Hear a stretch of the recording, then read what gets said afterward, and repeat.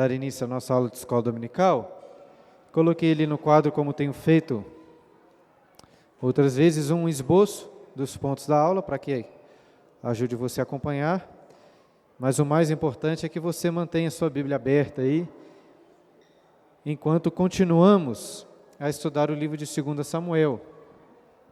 Como os irmãos já sabem, estamos aqui na escola dominical, estudando um pouco, de uma forma mais panorâmica, os livros do Antigo Testamento, apesar de que 2 Samuel estou indo bem devagar, e hoje nós vamos continuar aí com esses dois capítulos, capítulos 11 e 12.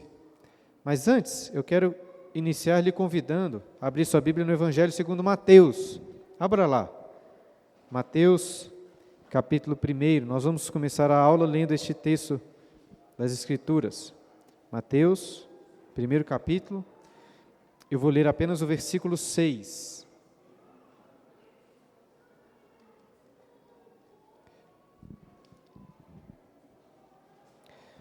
Mateus 1, 6, diz assim: Jessé gerou ao rei Davi, e o rei Davi a Salomão, da que fora mulher de Urias. Nessa introdução do seu evangelho, vocês devem saber, né? O evangelista Mateus apresenta a genealogia do nosso Senhor Jesus, desde Abraão até o nascimento de Cristo.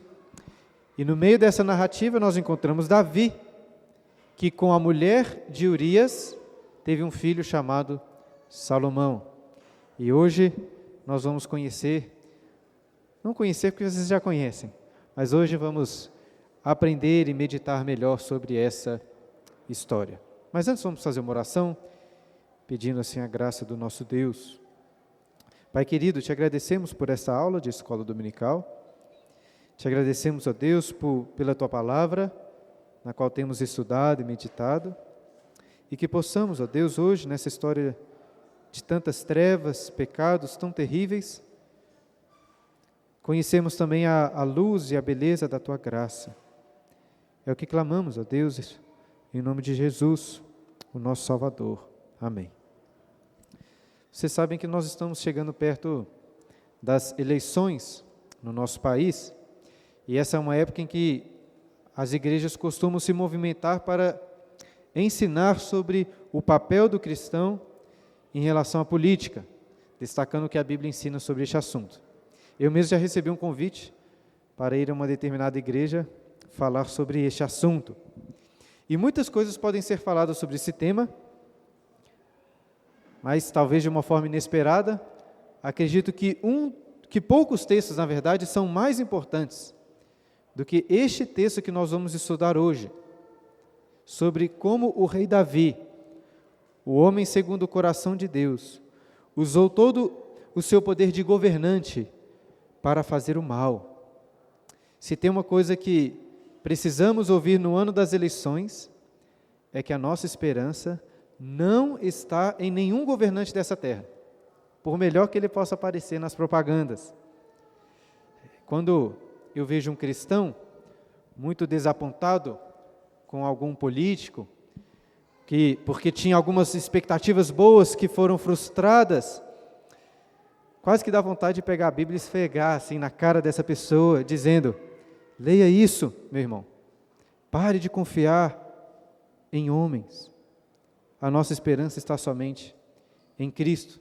E com isso, como já enfatizei da última aula, né, não estou dizendo que é errado alguém aqui querer se tornar político, vereador, governador, até presidente do país. Pode ser algo muito louvável até.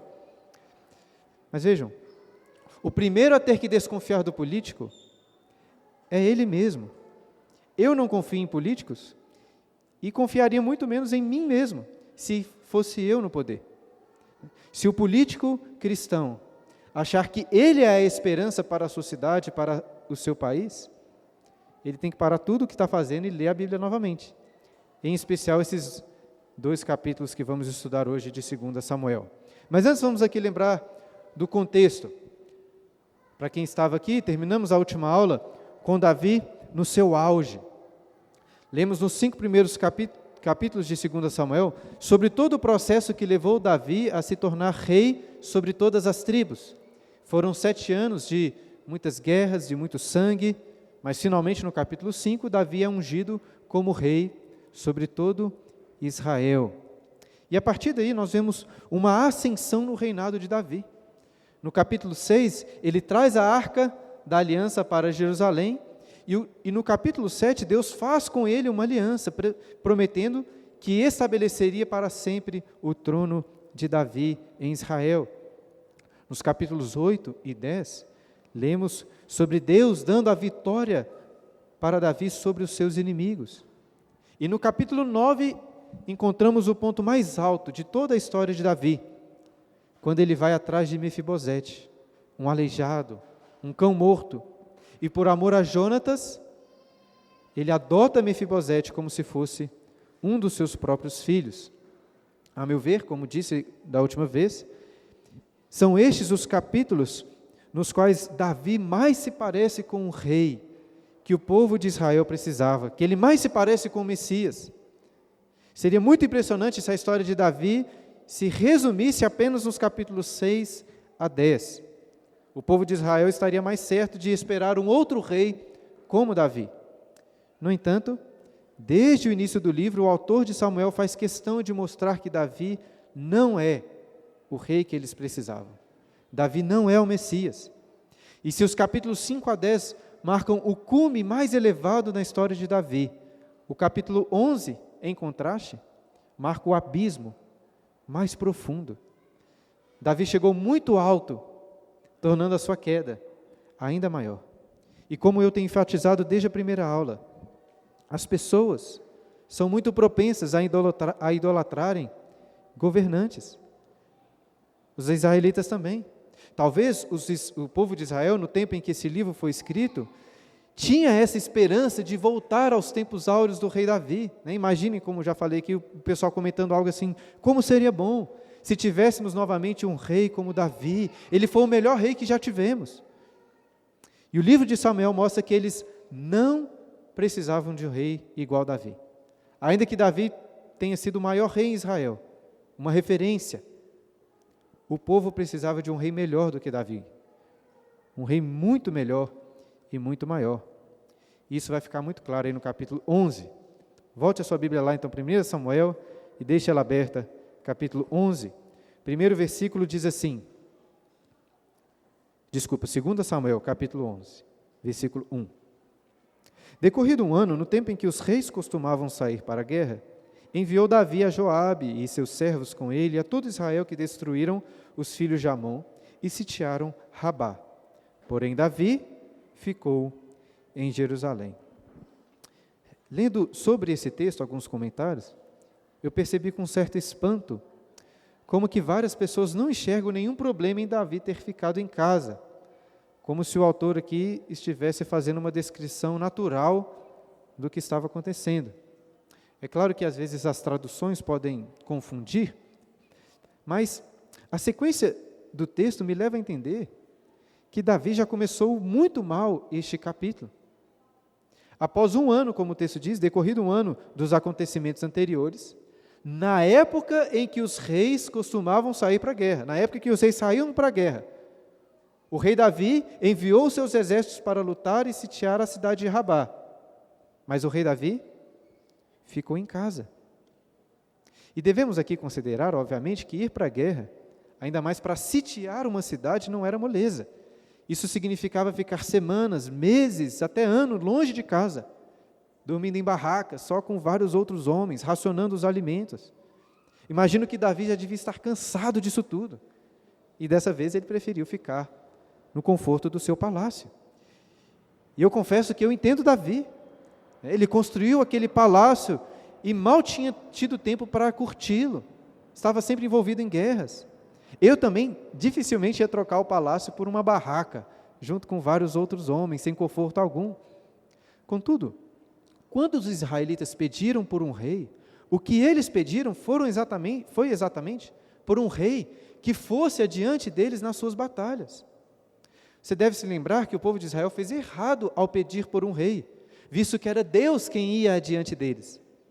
Ainda assim, o Senhor cedeu e concedeu este pedido, deu a eles um rei. Agora, Deus nunca havia os deixado na mão, sem ir à frente deles. Davi, no entanto, nós não podemos dizer o mesmo sobre ele. E para tentar justificar Davi, poderíamos aqui pensar que ele ficou em casa como um general, para traçar planos, para fazer estratégias. Se não isso, poderíamos pelo menos considerar que ele ficou no palácio para meditar na lei de Moisés, para descansar um pouco no Senhor, para orar, para escrever alguns salmos como ele gostava de escrever. Mas não, olha o que ele fez, versículo 2. Uma tarde, levantou-se Davi do seu leito e andava passeando no terraço da casa real. Daí viu uma mulher que estava tomando banho. Era ela muito formosa. Os detalhes aqui do texto são muito bons. Você já conhece essa história, mas é bom hoje nós tentarmos pegar aqui alguns detalhes. E primeiro, esses detalhes são bons porque, diferente de muitos livros e filmes por aí, nós não encontramos nenhum detalhe sensual aqui. Apenas uma descrição clara e objetiva da moça que Davi avistou. Mas esses detalhes são bons também porque carregam aí grande significado. E um detalhe, olha aí no texto, está na hora em que Davi se levantou do leito. Quando que Davi se levantou? Ele acordou cedinho para orar, para trabalhar? Não, já era tarde. A ideia aqui é que já estava quase anoitecendo quando Davi se levantou. E certamente o palácio de Davi devia estar no dos maiores níveis da cidade, de forma que do seu terraço ele conseguiria avistar todas as outras casas. E eu até imagino que deveria, de fato, ser um local muito agradável, para talvez avistar o pôr do sol, passear e avistar o pôr do sol. Mas os irmãos sabem que não foi o pôr do sol que chamou a atenção de Davi. Eu não acho que ele estava procurando por isso, necessariamente, mas acabou por avistar uma mulher muito formosa, que estava tomando banho. E não parou de olhar, muito pelo contrário, queria conhecer mais. Versículo 3. Davi mandou perguntar quem era. Disseram-lhe, é Batseba, filha de Eliã e mulher de Urias, o heteu. Aquela mulher era Batseba, filha de Eliã e mulher de Urias. Se você olhar depois no capítulo 23, versículos 34 e 39, descobrirá quem são estes homens. Eliã, o pai da moça, e Urias, o seu marido, eram soldados de Davi, e não eram quaisquer soldados. Eles eram como que da tropa de elite de Davi, contado entre os seus valentes mais próximos. E além disso, o texto diz que Urias era heteu, portanto não era israelita de nascença. Ainda assim, podemos presumir que Urias era como vários outros homens em Israel, que haviam se convertido ao Senhor, praticado a circuncisão, faziam parte do povo. Urias, pelo que tudo indica, era um homem leal a Davi e fiel a Deus. Ou seja, tudo isso aqui estava mostrando para Davi que aquela moça estava totalmente fora do seu alcance. Veja bem, Davi já era casado, já estava aqui pecando de olhar e desejar outra mulher. Mas quando perguntou quem ela era, ficou ainda mais claro que Davi deveria controlar o seu desejo por ela. Contudo, versículo 4. Então enviou Davi mensageiros que a trouxessem. Ela veio e ele se deitou com ela. Tendo-se ela purificado da sua mundícia voltou para a sua casa. Queridos, esse é o retrato do pecado. Lembra da mulher no jardim, que olhou o fruto proibido, viu que era agradável aos olhos e tomou para si. Davi olhou aquela mulher, viu que era agradável aos seus olhos e tomou para si. E logo depois o texto diz que a moça foi dispensada, ela se lavou, voltou para a sua casa. Já teria sido terrível Davi ter feito isso aqui com qualquer mulher. Parece que ele está simplesmente a usando como um objeto para a sua própria satisfação. Mas ainda mais triste, Davi ter feito isso com a esposa de um dos seus valentes, inclusive um homem muito leal. Tenho certeza que poucos em Israel, ou até ninguém, teria a coragem de tomar a mulher de um valente, de um homem como Urias, que certamente era um guerreiro forte e temível, estava entre os top, a tropa de elite de Israel. Mas Davi era o rei, e o poder subiu à sua cabeça. Governantes são assim, acham que as leis não se aplicam a eles, muitas vezes. E, como, entre aspas, um bom político, Davi vai fazer de tudo para cobertar os seus erros. Olha a partir do versículo 5. A mulher concebeu e mandou dizer a Davi: estou grávida. Então enviou Davi mensageiros a Joabe, dizendo: manda-me Urias o heteu. Joabe enviou Urias a Davi. Vindo, pois, Urias a Davi, perguntou este como passava Joabe, como se achava o povo e como ia a guerra. Depois, disse Davi a Urias: desce à tua casa e lava os pés. Saindo Urias da casa real, logo se lhe seguiu um presente do rei. Porém, Urias se deitou à porta da casa real com todos os servos do seu senhor e não desceu para a sua casa. Acho que Davi pensou que o seu relacionamento com Batseba seria apenas de uma noite. Entretanto, a mulher ficou grávida. Mandou avisar a Davi. O que fazer agora? Parece-me que Davi utiliza de uma estratégia para que Urias não descobrisse o que aconteceu. Ele manda chamá-lo da guerra, com a desculpa de saber como iam as coisas, e oferece para Urias passar uma noite em sua casa.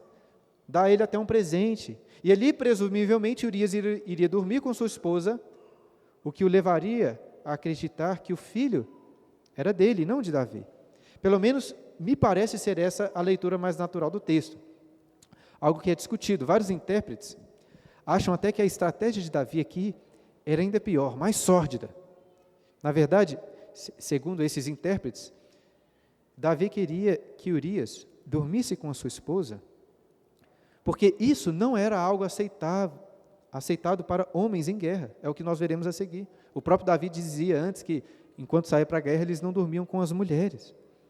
De forma que, ao cometer esse ato ilícito de dormir com sua esposa, Davi poderia condenar Urias à morte e talvez ficar com Batseba para si.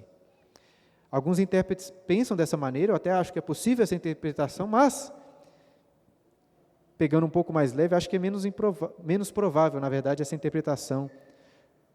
Acho que é mais certo que Davi estava tentando encobrir o seu pecado, encobrir aquela gravidez. Mas, de toda forma, o fato é que Davi fez algo muito grave.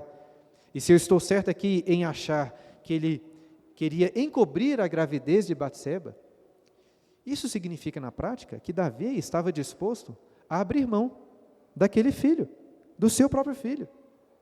No capítulo 12, veremos Davi chorando, jejuando pela vida dessa criança no ventre de Batseba. Mas agora, quando Davi está envolto ali na lama do pecado, Davi prefere ver o seu próprio filho crescendo como o filho de outro homem. Agora, o que Davi não contava em seus planos era com a retidão de Urias. E eu acho que Davi não estava contando com muitas outras coisas também. Eu fico aqui impressionado como que o pecado de Davi o deixou completamente cego. Só eu que penso assim, ou vocês concordam comigo que, ainda que Urias fosse para casa e dormisse com sua esposa, esse plano de Davi tinha tudo para dar errado. Veja bem, Davi mandou vários mensageiros para lá, para cá. A própria Batseba mandou um mensageiro dizer que estava grávida. Qual que era a chance disso aqui ficar na surdina? Eu, particularmente, gosto muito de um provérbio que diz que um segredo só é mantido entre 3 pessoas se 2 delas estiverem mortas. Porque uma hora ou outra os segredos vêm à tona. Isso seria descoberto. Além disso, imagina aquela criancinha nascendo com a cara de Davi, cabelos ruivos e tudo mais. Como é importante, queridos, entendermos que os nossos pecados serão revelados. Não adianta querer escondê-los. Mas Davi estava completamente cego e persiste na tentativa de encobrir o seu pecado. Olha a partir do versículo 10. Fizeram-no saber a Davi, dizendo: Urias não desceu à sua casa. Então disse Davi a Urias: não vens tu de uma jornada? Por que não descestes à tua casa? Respondeu Urias a Davi: a arca, Israel e Judá ficam em tendas. Joabe, meu senhor, e os servos de meu senhor estão acampados ao ar livre. E hei eu de entrar na minha casa para comer e beber, e para me deitar com minha mulher? Tão certo como tu vives e como vive a tua alma, não farei tal coisa.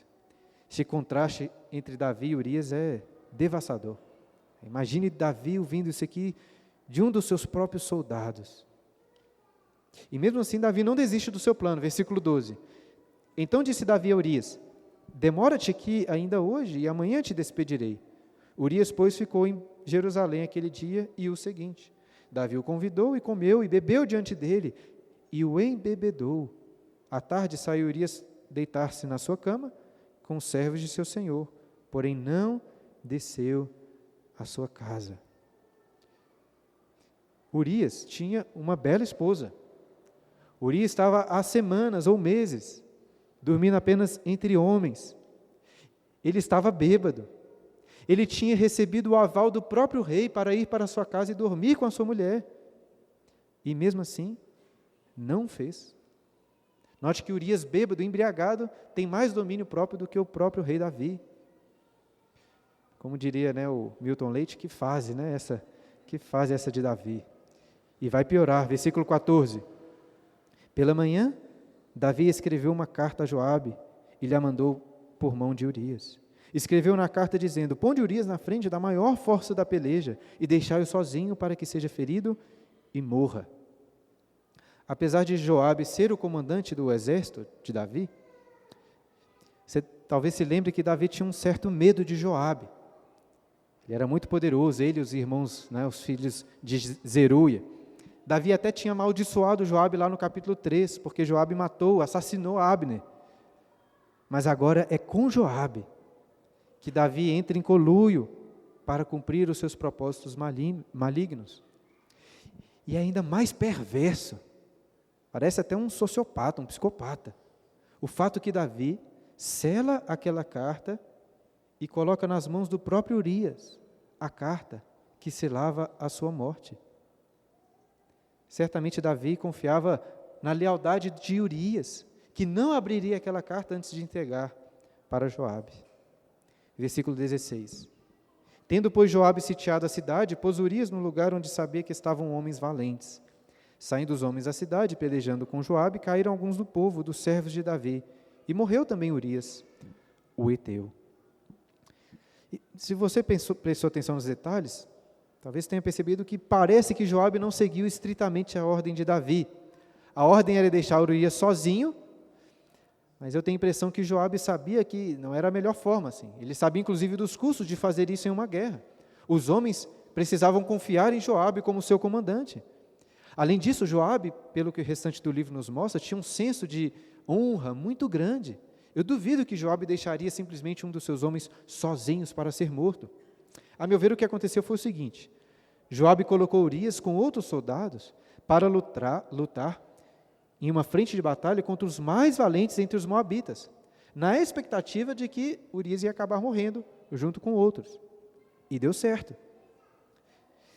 E dessa forma, inclusive, perceba como que o pecado de Davi foi tornando proporções maiores do que até ele esperava, visto que, além de Urias, vários outros soldados inocentes morreram neste ataque. Eu digo isso porque governantes não costumam ter ideia das suas ações negativas, das consequências negativas das suas ações, que trazem morte, que trazem miséria, que trazem dificuldade para tantas pessoas. Mas isso muitas vezes parece não ser problema para os governantes, nem parecia ser problema para Davi. Após a morte de Urias, o texto diz que Joabe mandou um mensageiro a Davi contar o que aconteceu. A princípio, Joabe estava preocupado com a possibilidade de Davi ficar irado por causa dessa derrota, questionando o motivo, por que um comandante como Joabe mandaria soldados para tão perto ali dos muros da cidade, onde seriam derrotados. E assim, Joabe diz que se isso acontecesse, Davi ficasse irado, o mensageiro também deveria dizer que Urias foi morto, como que para apaziguar Davi. Mas parece que o mensageiro decidiu contar tudo de uma vez. Olha aí a partir do versículo 23, 11 e 23. Disse o mensageiro a Davi: na verdade, aqueles homens foram mais poderosos do que nós e caíram contra nós ao campo, porém nós fomos contra eles até a entrada da porta. Então os flecheiros do alto do muro atiraram contra os teus servos e morreram alguns dos servos do rei, e também morreu o teu servo Urias, o heteu. Davi fica bravo aqui, como Joabe pensou que poderia ficar? Não, olha a resposta de Davi, versículo 25. Disse Davi ao mensageiro: assim dirás a Joabe: não pareça isto mal. Preste atenção nessa expressão. Não pareça isto mal aos teus olhos, pois a espada devora tanto este como aquele. Intensifica a tua peleja contra a cidade e derrota, e tu anima a Joabe. O que Davi diz aqui não deixa de ser verdade, porque em uma guerra, mesmo que você tenha boas estratégias, é natural que soldados de ambos os lados sejam mortos. Mas quão terrível é ver o rei Davi, que foi chamado para pastorear o povo de Israel, tratando com tanto descaso a vida não só de Urias, mas a vida de vários outros soldados mortos. Davi foi até consolar Batseba, mas o que Davi iria dizer para as viúvas, para os órfãos daqueles soldados que morreram? Nos capítulos 8 e 10 de 2 Samuel, na última aula, nós lemos sobre Davi derrotando os inimigos de Deus, os inimigos de Israel. Mas e agora? Onde estava o verdadeiro inimigo do povo de Israel? Onde estava o maior perigo dos israelitas? Estava lá fora? Eram os moabitas que era o maior perigo deles? Não. O maior inimigo de Israel neste momento estava dormindo dentro do palácio real. Muitas vezes, os inimigos mais perigosos não são aqueles externos, mas os inimigos internos, que tomam poder para fazer mal ao povo. Davi embriagou Urias, mas é Davi que estava embriagado pelo seu poder. Se você examinar bem os detalhes, verá que estes versículos exaltam muito o poder de Davi, como um rei que fica dando ordens para lá e para cá, mandando gente para todos os lados, mensageiros, como se fosse um soberano ditador que manda em tudo.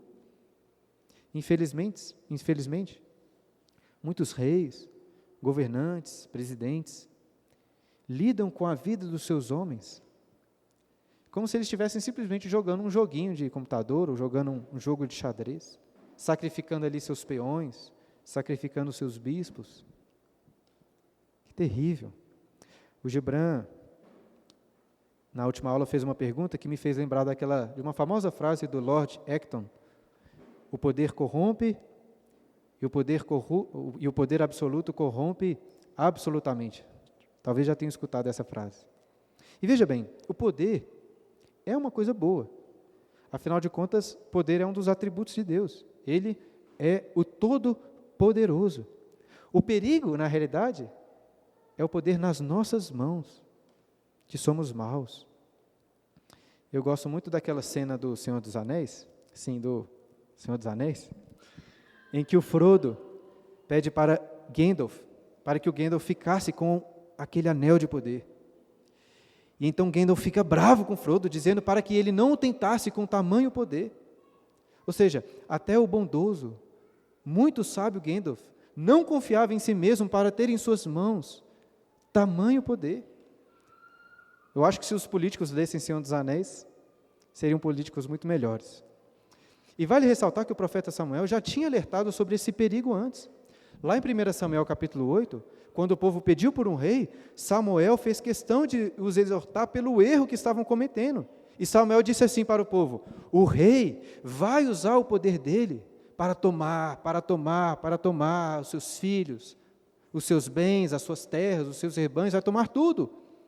Mas os israelitas eram igual aos brasileiros hoje, que sonham, que imaginam governantes altruístas, pessoas que vão pensar só no bem do povo, sem pensar em seu próprio benefício.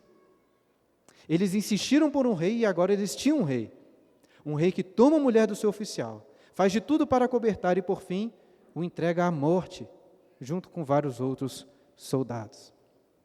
E voltando à pergunta do Gibran, na semana passada, ele queria saber se o que eu disse, e estou dizendo em relação a políticos, a governantes, possui aplicações em outras áreas da vida.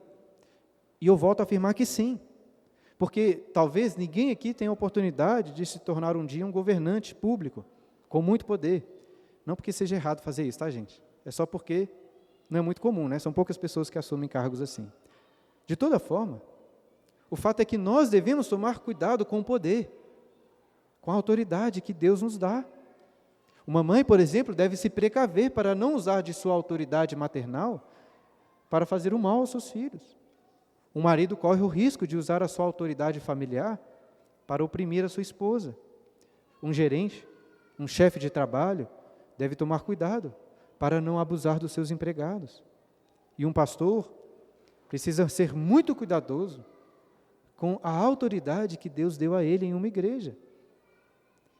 Infelizmente, pastores e presbíteros também, muitas vezes se tornam verdadeiros ditadores na igreja, dominando, mandando, desmandando. Muitas vezes fazem coisas boas, mas a maioria das vezes tomam poder para fazer o mal. Não só com políticos, não só os políticos, como eu disse antes, mas todos nós temos a aprender com isso. Inclusive, teríamos muito a aprender com o Senhor dos Anéis, né? E se formos tomar o poder em nossas mãos, tomar como se tivéssemos mãos de pequenos hobbits, pequenos e humildes hobbits. Assim que devemos lidar com o poder. Mas, claro, antes de tudo, todos nós aqui temos muito mais a aprender com a palavra de Deus, com as Escrituras. Portanto, voltemos ao texto. Capítulo 11 continua no versículo 26. Ouvindo, pois, a mulher de Urias que seu marido era morto, ela o pranteou. Passado o luto, Davi mandou buscá-la e a trouxe para o palácio. Tornou-se ela sua mulher e lhe deu à luz um filho. Porém, isto que Davi fizera foi mal aos olhos do Senhor. Davi esperou o tempo de luto de Batseba, que propositadamente é chamada aqui apenas de a mulher de Urias, para então tomá-la como sua esposa, além das que Davi já tinha. Tem algumas pessoas que acham que Batseba consentiu com este adultério. Imagino que naquela novela da Record, eles devem explorar um pouco desse romance, né, entre Davi e Batseba. Mas eu não acho que foi o caso, não. Davi era o rei. Não era fácil simplesmente negar o que um rei pediu. E no que nós estamos vendo aqui neste capítulo é que Davi está usando do seu poder para fazer as coisas. E além disso, o profeta Natã, no capítulo seguinte, conta uma história comparando Batseba com uma cordeirinha muito amada pelo seu senhor. Então, parece-me mais provável que Urias e Batseba amavam um ao outro. Mas, ainda que não fosse o caso, ainda que Batseba tivesse alguma culpa nisso aqui, claramente o autor do livro de Samuel, não está interessado em fazer julgamento sobre as atitudes de Batseba. O que ela fez ou não fez de errado ficou entre ela e Deus. Mas, em contraste, a atitude de Davi é, pelo autor, explicitadamente reprovada. Quando ele encerra o capítulo dizendo, isto que Davi fizera foi mal aos olhos do Senhor. O casamento de Davi aqui foi errado, mas acredito que o isto se refere a tudo desde que aconteceu, desde o começo do capítulo. E claro, nem precisava do autor fazer essa afirmação. É óbvio, qualquer pessoa que leia esse relato percebe que o que Davi fez foi mal aos olhos de Deus. Mas qual o propósito desse comentário, então? Qual o propósito? Por que ele faz questão de colocar isso? Creio que um dos propósitos é para ressaltar a maldade do que Davi fez. E mais do que isso, eu creio que o autor está querendo fazer o contraste com aquilo que Davi disse no versículo 25. Lembra que eu pedi para vocês prestarem atenção? Davi mandou dizer assim a Joabe, não pareça isto mal aos teus olhos. Mas agora o autor está querendo fazer questão de ressaltar que tudo isso foi mal aos olhos do Senhor. E graças a Deus que essa história não termina aqui. Porém, antes de continuarmos aí para o capítulo 12, deixa eu apertar um pouco o freio para refletirmos um pouco sobre o que aconteceu com Davi aqui. Além do perigo do poder, sobre o qual já falei, gostaria de pensar em outras aplicações para nossas vidas. Porque creio que esse é um texto muito importante para nós. Pensem só, se Davi, que Paulo faz questão de mostrar e a Bíblia nos mostra, era um homem segundo o coração de Deus. Se Davi caiu tão drasticamente, certamente nós somos capazes de cair também. É evidente que o poder de Davi favoreceu o seu pecado. Mas nós também temos plenos poderes para fazer muito mal, para cairmos em abismos profundos, como o abismo de Davi. Eu acho que, excetuando a completa apostasia, que acredito ser aquele pecado contra o Espírito Santo, a blasfêmia contra o Espírito Santo, creio que é seguro dizer que não existe nenhum pecado que o cristão não seja capaz de cometer em sua carne. Que o cristão, estou falando aqui de cristãos. E a história de Davi também é muito triste, porque é um excelente exemplo de quão triste são os pecados, as consequências, quando queremos esconder os pecados, mas que ao invés deveríamos confessá-los. Até porque o que o texto nos mostra é que o pecado é como uma bola de neve, que vai só crescendo cada vez mais. Como cantou o próprio Davi, lá no Salmo de número 42, até coloquei no título ali, um abismo chama outro abismo. Inclusive, irmãos, isso deve servir de alerta para aquelas pessoas que, conscientemente ou não, tentam usar Davi como uma desculpa para continuar pecando. São pessoas que se agarram na graça de Deus e dizem assim, se até Davi pecou, você não vai esperar que eu não peque também, né? Pô, Davi estava pecando e eu não. E a verdade é verdade que nós não vamos conseguir deixar de pecar, mas veja, isso não pode ser uma desculpa. Pelo contrário, a história de Davi serve como um alerta para as terríveis consequências do pecado, até mesmo para aqueles que são filhos de Deus, como veremos no restante do livro de 2 Samuel. Quando Paulo comenta sobre os erros dos israelitas no deserto, lá para os coríntios, ele os exorta dizendo assim, não precisa abrir lá não, mas eu vou ler para vocês, 1 Coríntios capítulo 10, versículo 11, Paulo diz, estas coisas lhe sobrevieram como exemplos e foram escritas para a advertência nossa, de nós outros sobre quem os fins dos séculos têm chegado. Aquele, pois, que pensa estar em pé, veja que não caia. Ainda que Paulo não estivesse falando aqui do exemplo de Davi, creio que se aplica da mesma forma. A história de Davi é um exemplo para a nossa advertência. Aquele entre nós que pensa estar em pé, a Bíblia ensina, veja que não caia. E se você acha que não vai conseguir permanecer em pé, você está certo, porque pelas suas próprias forças você não conseguirá.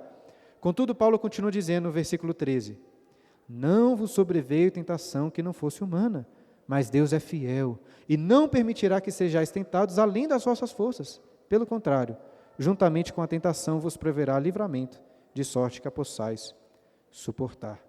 Ou seja, podemos sim permanecer em pé. Por quê? Porque juntamente com a tentação, o próprio Deus nos concede livramento, forças para suportar. Então entendam isso. Nunca podemos usar a graça de Deus como uma desculpa para o pecado. Porque a graça de Deus, na realidade, é o que nos dá forças para não pecarmos, para vivermos uma vida santa.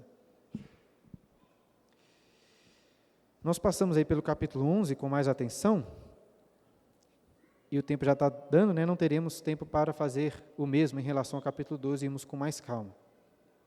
Na realidade, deixa eu contar para vocês o real motivo por passarmos rápido agora pelo capítulo 12. Era sexta-feira à tarde, já tinha escrito a aula até este ponto, assim como os sermões que eu mandei para vocês, eu tenho escrito todas as minhas aulas, né? E o ideal seria o seguinte, eu escrever a aula, passando também com mais atenção pelo capítulo 12, e depois voltar, cortando algumas coisas do capítulo 11 para encaixar no tempo da aula. Mas já era sexta-feira à tarde, eu tinha reunião do presbitério à noite, sábado é meu dia de folga, aí eu decidi passar mais rápido pelo capítulo 12. Foi isso que aconteceu. Então, nada contra o capítulo 12, tá, gente? Eu gostaria de gastar no capítulo 12 o mesmo tempo que eu gastei no capítulo 11. Mas por causa dessa desculpa esfarrapada que eu acabei de dar, eu não vou fazer isso. Eu irei ressaltar apenas alguns pontos principais do capítulo. O primeiro deles, desses principais pontos que eu quero destacar, é a graça de Deus, sobre a qual estávamos falando anteriormente. Ao compararmos a história do rei Davi com a história do rei Saul, eu diria que em uma situação muito similar de pecado, talvez até menos grave, Deus mandou o profeta Samuel ir até Saul dizendo o que para ele? Saul, você foi rejeitado. Mas agora, por graça, Deus manda o profeta Natã até Davi dizer que ele estava perdoado. É muito diferente. E claro que estou resumindo muitas coisas aqui, visto que diferente de Saul, Davi irá passar por um período amargo, profundo de arrependimento. E até acho que antes do profeta Natã ir até Davi, Deus já estava trabalhando no seu coração. Por que eu acho isso? Lá no Salmo de número 32, um salmo que nós cantamos aqui na igreja, Davi diz assim: enquanto calei os meus pecados, envelheceram os meus ossos pelos meus constantes gemidos todo dia, porque a tua mão pesava sobre mim dia e noite, e o meu vigor se tornou em sequidão de estio. E eu imagino que era isso que Davi estava passando todos esses dias. Deus tirou de Davi toda a alegria, todo o sossego, fazendo-o sofrer miseravelmente. E então, o Senhor enviou Natã a Davi. É assim que começa o capítulo 12. O Senhor enviou Natã a Davi. E você vai notar que Natã não chega de voador em Davi, né, apontando o dedo na cara dele. Eu acho que um dos motivos que Natã não fez isso era porque Davi era rei em Israel. Se Davi acabou de mandar matar Urias, o próximo poderia ser Natã. Mas não acho que foi essa exatamente a motivação de Natã, pelo menos não a principal.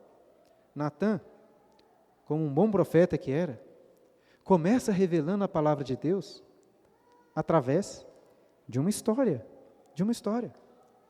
Nós sabemos que a maior parte das profecias das Escrituras são histórias. E é através dessa história que Natã vai fazer Davi reconhecer a gravidade do seu erro. Até fica aqui uma dica, né? Tanto para o ensino como para aconselhamentos. Histórias são muito importantes.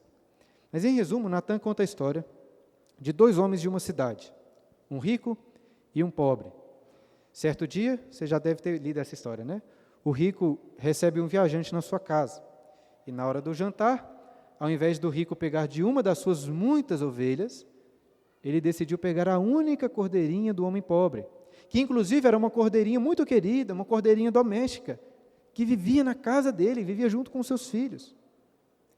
E diante dessa história que Natã contou, olha o que Davi fez, versículo 5, capítulo 12, versículo 5. Então, o furor de Davi se acendeu sobremaneira contra aquele homem e disse a Natã: tão certo como vive o Senhor, o homem que fez isso deve ser morto, e pela cordeirinha restituirá 4 vezes, porque fez tal coisa, e porque não se compadeceu. Impressionante como Davi, o rei que deveria julgar o povo de Israel, estava cego em seus julgamentos. Parece-me até que ele nem percebeu que isso aqui era apenas uma história. Usando aquelas palavras de Jesus no Sermão do Monte, Davi queria tirar o cisco do próximo, do olho do próximo, sem antes tirar a trave que estava no seu próprio olho. E então, com grande coragem, destemor, Natã vira para Davi, olha aí no versículo 7. Tu és o homem. Consegue imaginar essa cena? Davi se enchendo de ira, de furor, e Natã então quebra Davi todo, dizendo: tu és o homem. E em seguida Natã revela a palavra de Deus a Davi, dizendo que tudo que Davi tinha, a sua casa, os seus bens, as suas mulheres, foi o Senhor que ele lhe havia dado. Davi tinha se esquecido que um dia ele foi como aquele pobre pastor de ovelhas, e Deus o tirou de trás do rebanho e o colocou como rei em Israel. Mas agora, Davi se tornou rico, poderoso e mau, como aquele homem da história, aquele homem rico da história. E por causa do seu pecado, Davi sofreria graves consequências. Olha a partir do versículo 9. Palavra de Deus para Davi. Por que, pois, desprezaste a palavra do Senhor, fazendo o que era mal perante ele? A Urias, o heteu, feriste a espada, e a sua mulher tomaste por mulher, depois de o matar com a espada dos filhos de Amon. Agora, pois, não se apartará a espada jamais da tua casa, porquanto me desprezaste e tomaste a mulher de Urias, o heteu, para ser tua mulher. Assim diz o Senhor: eis que da tua própria casa suscitarei o mal sobre ti, e tomarei tuas mulheres à tua própria vista, e as darei a teu próximo, o qual se deitará com elas em plena luz deste sol. Porque tu o fizestes em oculto, mas eu farei isso perante todo o Israel e perante o sol. E então, na sequência, irmãos, nós encontramos talvez uma das principais diferenças entre o rei Davi e o rei Saul. Olha o versículo 13. Então disse Davi a Natã: pequei contra o Senhor. Disse Natã a Davi: também o Senhor te perdoou o teu pecado, não morrerás. Mas, posto que com isso deste motivo a que blasfemassem os inimigos do Senhor, também o filho que te nasceu morrerá. Davi se arrependeu e foi perdoado pelo Senhor. Deus prometeu que seria misericordioso e cumpre a sua promessa. Porém, naturalmente, o pecado de Davi teria consequências muito graves, levando os inimigos a blasfemarem contra o Senhor e consequências sobre a sua vida. Se eu pudesse fazer aqui um resumão de todo o restante do livro de 2 Samuel, eu diria que os próximos capítulos são um relato dessas terríveis consequências do pecado de Davi. Os filhos de Davi se levantaram contra ele. As suas concubinas foram dadas a um dos seus filhos à plena luz do sol. Davi havia dito que o homem rico da história deveria restituir 4 vezes pelaquela cordeirinha, se lembram disso? Mas Davi é este homem. E pela vida de Urias, 4 dos filhos de Davi seriam mortos. Este filho de Batseba, morto por Deus, Aminon, que foi morto por Absalão, Absalão, que foi morto por Joabe, e Adonias, que depois foi morto por Salomão. A espada na casa de Davi. E na sequência do capítulo 12 acontece como profetizado por Natã. O filho de Davi adoece gravemente. Acho que só quem já passou por isso, eu nunca passei de uma forma tão grave assim, de ver um filho doente, muito doente, quase morrendo. Só alguém assim pode entender a dor de Davi. E Davi agora estava quebrantado. O texto diz que ele estava buscando a Deus pela vida daquela criança, jejuando em favor dela, para que Deus tivesse misericórdia e a curasse. Contudo, o castigo era justo. Aquele filho de Davi morreu. Aquele filho de Davi morreu por causa do pecado de Davi. É claro que não é possível substituir um filho por outro. Não é. Mas na sequência Deus abençoou Davi e Batseba. Olha, finalzinho do capítulo 12, versículos 24 e 25. Então Davi veio a Batseba, consolou-a e se deitou com ela. Teve ela um filho, a quem Davi deu o nome de Salomão, e o Senhor o amou. Davi o entregou nas mãos do profeta Natã, e esse lhe chamou Jedidias, por amor do Senhor. O nome Salomão tem a ver com paz, shalom. Talvez porque essa criança trouxe paz, alguma paz para o coração quebrado dos pais de Davi e Batseba. Mas note que Natã, o profeta, chamou Salomão de Jedidias. Jedidias significa o amado de Deus. Como o Senhor havia prometido a Davi na aliança que fez no capítulo 7, o seu amor, a sua misericórdia nunca se apartariam do filho de Davi. E isso aqui nos leva novamente à genealogia de Jesus. Lá no Evangelho de Mateus, o texto que lemos logo no início, capítulo 1, versículo 6, quando é dito, você se lembra? Que o rei Davi gerou a Salomão, da que fora mulher de Urias. O evangelista Mateus deixa de usar o nome de Batseba, não porque Mateus era machista, né? Até porque ele usa outros nomes de mulheres na genealogia ali. Eu acho que Mateus, na realidade, faz questão de alfinetar, como se estivesse alfinetando Davi, ressaltando o seu terrível erro, exaltando o erro de Davi, mas ao mesmo tempo em que ressalta o amor de Deus. O Senhor que de algo tão mal fez o bem, que nas trevas fez brilhar a sua luz, porque foi justamente através de Salomão /Jedidias, o amado de Deus, que o Senhor cumpriu a sua maior promessa de amor, enviando o seu próprio filho amado. Natã até contou uma bela história para Davi de uma cordeirinha que foi morta injustamente. Mas a maior de todas as histórias, a história das histórias, é do Cordeiro de Deus, que morreu também de uma forma injusta, mas morreu para cumprir a justiça de Deus, para perdoar o pecado de Davi e de todos os que nele creem. Queridos, nós somos pecadores como Davi. As palavras de Natã a ele se aplicam a nós também. Tu és o homem. É você que merecia morrer naquela cruz, sofrer o castigo do inferno. Mas note algo. Talvez esteja aqui indo além do que o texto diz, mas com cuidado, preste atenção no que eu vou dizer. Assim como aquele filhinho de Davi morreu por causa do seu pecado, o filho de Davi, o filho com um F maiúsculo, morreu por causa dos nossos pecados, assumindo os nossos pecados em nosso lugar. Este sim era o rei que Israel sempre precisou, né? Este é o rei que nós precisamos também. Graças a Deus por Jesus, o nosso rei e o nosso Salvador. Amém. É isso, queridos, nós temos, como sempre, aí mais alguns minutos, em que eu dou oportunidade para os irmãos fazerem perguntas. E se ninguém quiser fazer perguntas, eu deixo fazer algum comentário. Não que eu não goste dos comentários dos irmãos, mas eu prefiro dar aqui preferência para perguntas. Então, algum irmão gostaria de tirar alguma dúvida, perguntar sobre algo que foi dito da história de Davi, algo que temos ensinado aqui? Uma pergunta? Alguém ficou com uma dúvida? Quer perguntar? Levante a sua mão. José, aqui, ó. Só um segundo, Zé. O Fernando vai levar o microfone para você. Mais uma curiosidade. Tá ligado aí? Fala aí perto que vai dar certo. Som.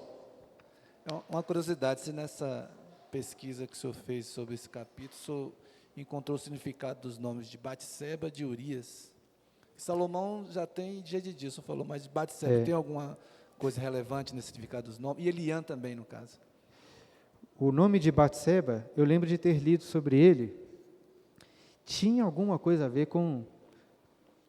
Assim, antes de falar o significado que eu li, essa questão de nomes da Bíblia e de significado de nomes é muito complicado. Os nomes que nós temos segurança do significado é o nome que a própria Bíblia dá o significado, né? O de dia de dia está claro ali que era, porque o próprio texto faz essa relação, né? Foi chamado de dia de dias por amor ao Senhor, né? Então estava relacionado. Os nomes que não acontece isso, a gente pode no máximo especular sobre o significado, porque é muito difícil saber exatamente, né? Mas existem aspectos do nome de Batseba que o pessoal ressalta que tem a ver com a palavra hebraica para cordeiro ou para ovelha, algo nesse sentido. Então, e alguns usam disso para falar, assim, como se, até para fazer essa relação com a história, né? Como se Davi estivesse tirando a ovelha de Urias, entendeu? Aí eles fazem essa relação, porque parece que no nome dela tem algo relacionado, né? O Sheba, né? Tem algo relacionado com a palavra em hebraico para ovelha. Então eles fazem essa relação. Já sobre o nome de Urias e de Eliã não tem ideia. Até porque Urias pelo menos era um nome pagão, né? Ele era heteu, pagão assim, ele não era um nome originalmente hebraico, né? Do povo de Israel. Mas o de Batseba tem esse detalhe aí que o pessoal ressalta. Eu não ressaltei porque, igual disse aqui, não tenho muita certeza disso não. Boa pergunta. Mais alguém? Marcos? Pergunta não? Temos alguns minutos. Se quiserem, dou oportunidade para alguém fazer um comentário também, né? Se alguém quiser fazer comentário, além da pergunta, não precisa ficar acuado, não. Mas se ninguém quiser, não tem problema também, não. O João aqui, eu vou...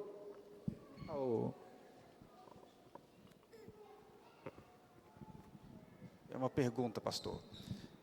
Assim como Davi olhou para aquele dono da cordeirinha lá, que pegou a cordeirinha do mais pobre, e ele julgou, né, dizendo, esse homem deve ser morto. Você acha que existe a gente consegue fazer alguma relação com a forma que a gente olha também para a vida de Davi e já o julga diretamente, assim, sem considerar também os nossos pecados, e que a gente poderia fazer o que Davi fez? A pergunta, todo mundo ouviu a pergunta do João aí atrás? A pergunta do João tem a ver com a reação de Davi, aquela história, né, de julgar aquele homem e os nossos próprios julgamentos. Eu até citei o texto do Sermão do Monte, vocês se lembram? Que o Senhor Jesus diz ele fala assim, não julgueis para que não sejais julgados. Aí nesse contexto ele ensina que antes de querer tirar o cisco do olho do próximo, a gente tem que tirar a trave que está no nosso próximo. E se você ler lá o Evangelho de Mateus, Jesus vai dizer exatamente isso. Primeiro você tira a trave do seu olho e depois vai lá para tirar o cisco.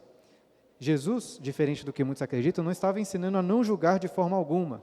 O que Jesus estava ensinando é que devemos ter o mesmo peso e a mesma medida. nós devemos ser muito, a meu ver, né, muito rigorosos com os nossos pecados, aí ressaltando o que você disse, né? Antes de acusar Davi, e foi um pouco o que eu tentei fazer aqui, antes da gente ficar pensando só em Davi, como isso se aplica às nossas vidas? Como eu tenho cometido esses pecados? Como eu também posso cair neste abismo? Então, esse é o nosso papel. Em primeiro lugar, olhar para as nossas vidas, para ver onde que tem traves ali e tirar. Mas podemos, assim, não só podemos, porque a própria Bíblia faz esse julgamento de Davi, né? Mas em relação a outras pessoas, acho que podemos também fazer julgamentos, com todo esse cuidado, né? Se a gente quer misericórdia para nós, obviamente a gente tem que ter misericórdia com o próximo. Mas o que o Senhor Jesus nos ensina é isso, né? Tira a trave, aí depois você vai lá e tira o cisco do olho do seu irmão. Então acho que é assim que a gente deve lidar. Fala, Vitor. O senhor falou assim que o senhor usou muito esse texto, a questão da época de política, de ano eleitoral que as pessoas pedem para poder falar sobre isso. Trazendo para a nossa aplicação prática, enquanto cristãos com direito a voto hoje em dia, o que eu tenho que fazer comparação de Davi, mesmo sabendo que o político não é a minha esperança, mas eu tenho que votar de acordo com os meus valores. Então, assim, vou olhar para algum político aí, dos que a gente tem aí, não são muitos. Entendi. Na Nem prática, são o que bons. E né? E o que fazer. Entendi. Essa é uma boa pergunta, porque... E outra pergunta depois dessa, assim, eu vejo que a mesma pergunta que o João falou, muitas vezes a gente olha para Davi, o governante, e julga Davi. A gente faz isso com os nossos também, independente de qual lado seja. Entendi. Os políticos são corruptos, os políticos fazem aquilo, os políticos fazem isso. Eu uso isso assim como o pessoal da esquerda fala assim, a política tem que resolver o problema do mundo, e nenhum deles começa a resolver o problema assim. Existe uma desigualdade, o político X tem que resolver, mas e o que eu faço? E, assim, do nosso lado, o político que eu votei, ele é corrupto, mas e eu? Entendi. Eu vou começar respondendo a segunda pergunta, porque ela está relacionada à pergunta anterior, sobre julgamentos. Foi muito bom que você falou, né? Porque nós, de fato, corremos esse risco e pecamos por sermos muito rigorosos com governantes, com políticos que fazem o mal, como se nós fôssemos inocentes, né? Como se no lugar dele fôssemos agir melhor. Uma das coisas que eu quis ressaltar desde o início é exatamente isso, assim. O meu problema não é exatamente, né, a minha dificuldade, meu ceticismo é em relação ao político em si. É em relação ao homem. A Bíblia nos ensina a não confiar por causa dos nossos pecados. Não estou dizendo também que nenhum homem deve ter nenhum tipo de poder. O próprio Deus constitui e dá poderes aos homens, a nós, né? Aqui na contexto da igreja, eu como pastor tenho um certo poder, vamos dizer assim, uma certa autoridade. Então, não sou contra esse tipo de poder. O ponto que eu quero destacar é o seguinte, e aí volta à sua primeira pergunta, né? Nós temos um coração idólatra. Na primeira aula que eu falei em 1 Samuel, eu falei um pouco sobre isso. Na verdade, de 1 Samuel. Porque eu entendo o seguinte, os livros da Bíblia foram escritos dentro de um contexto, certo? O autor de 1 e 2 Samuel tinha um propósito com aquilo ali. Esse propósito, eu acho que fica ali meio que entremeado no próprio livro. Então, a gente vai lendo o texto e vai percebendo assim, que parecia que ele queria ensinar algo àquelas pessoas que seriam seus leitores originais. Né? Pensa igual a Gênesis, a gente tem feito isso também. O que Moisés queria ensinar ao povo no deserto? E pensando sobre isso, que eu cheguei a essa conclusão. Falei assim, parece que o autor de Samuel está querendo ensinar ao povo o seguinte, olha, nós precisamos de um rei, porque a situação está ruim. Davi foi um excelente rei? Foi. Nós precisamos de um rei igual a Davi? Em algum sentido, sim. Aí ele destaca as coisas boas. Mas nós não precisamos de um rei como Davi. A nossa esperança não pode estar num homem. E eu acho que assim como nós temos essa propensão a idolatrar governantes, o povo de Israel tinha isso também. Tanto que o rei, quando aparece lá entre os israelitas, aparece em um sentido negativo. Deus não gosta dessa história, a princípio, né? Depois ele cumpre os seus propósitos nisso aí. Então, esse é o ponto principal que eu quero destacar para os irmãos. Agora, como que você vai aplicar isso nas eleições, lá no dia que você for votar? Não contem comigo, para falar o seguinte: olha, eu acho que vocês devem votar em fulano ou ciclano. Eu não vou fazer isso não é porque eu não tenho uma opinião sobre esse assunto, é porque eu também não quero cair no erro que eu estou condenando de usar minha autoridade, meu poder como pastor, para algo que foge ao escopo da minha autoridade. A minha autoridade é fazer o que eu estou fazendo aqui, ensinar para vocês princípios bíblicos, e que baseados nesses princípios bíblicos, eu espero que os irmãos tenham consciência e falem assim, na hora de votar, independente de quem eu votar aqui, a minha esperança não está nesse cara. Entendeu o que eu quero dizer? Não está nesse cara aqui. A chance dele me desapontar é altíssima. É altíssima. Então, eu tenho que orar para que Deus abençoe este futuro presidente, para que ele faça o bem, para que tenhamos vida tranquila e mansa, como o apóstolo Paulo ensina-nos a orar. Mas, ao mesmo tempo, eu tenho que entender que nós vivemos em dias maus, que os homens são corruptos, provavelmente vão nos desapontar. Quem que você vai votar? Depois você pensa aí. Se você quiser me perguntar no privado, eu posso dar uma dica ou outra. Os irmãos aqui já sabem de alguns posicionamentos meio extremos, às vezes, da minha parte, né? Por isso que eu não gosto de ficar falando muito publicamente. Mas, publicamente, como pastor, meu papel é isso. Estou ensinando princípios bíblicos para vocês, e um dos princípios que eu acho muito claro em toda a Bíblia, como no livro de Samuel, é: não confie em homens, não deposite a sua esperança em homens como governantes. Eles vão falhar, igual Davi falhou. E os outros vão falhar também. Faz sentido? Vamos terminar então? Acho que deu a nossa hora. Tinha alguém mais para falar ou não? Deu a nossa hora aqui, as crianças já estão chegando. Vamos terminar com mais uma oração. Pai Santo, mais uma vez, na Tua presença, te agradecemos pelo Teu cuidado, pelo Teu amor, pela aliança que Tu fizestes com o Teu servo Davi. E apesar das falhas de Davi, o Senhor nunca falhou, mas cumpriu perfeitamente a Tua aliança, as Tuas promessas, enviando o Teu filho, filho de Davi, que veio para reinar. E ainda hoje, ó Deus, reina porque venceu a morte e subiu aos céus, e foi dada a Ele toda a autoridade nos céus e a terra para governar. E que possamos, ó Deus, pela autoridade de Cristo, cumprir aquilo que o Senhor nos deu, como cristãos, o papel de fazermos, de pregarmos o Teu Evangelho com autoridade, com o poder do Teu Espírito Santo, para que mais e mais pessoas possam tirar do seu coração a esperança em homens, a esperança em coisas dessa terra, para que o nosso coração e a nossa esperança estejam somente em Jesus, o nosso perfeito Rei, Senhor e Salvador. É pelo que nós oramos, ó Pai, pedindo a Tua bênção sobre o restante desse dia, dia deleitoso do Senhor. Amém.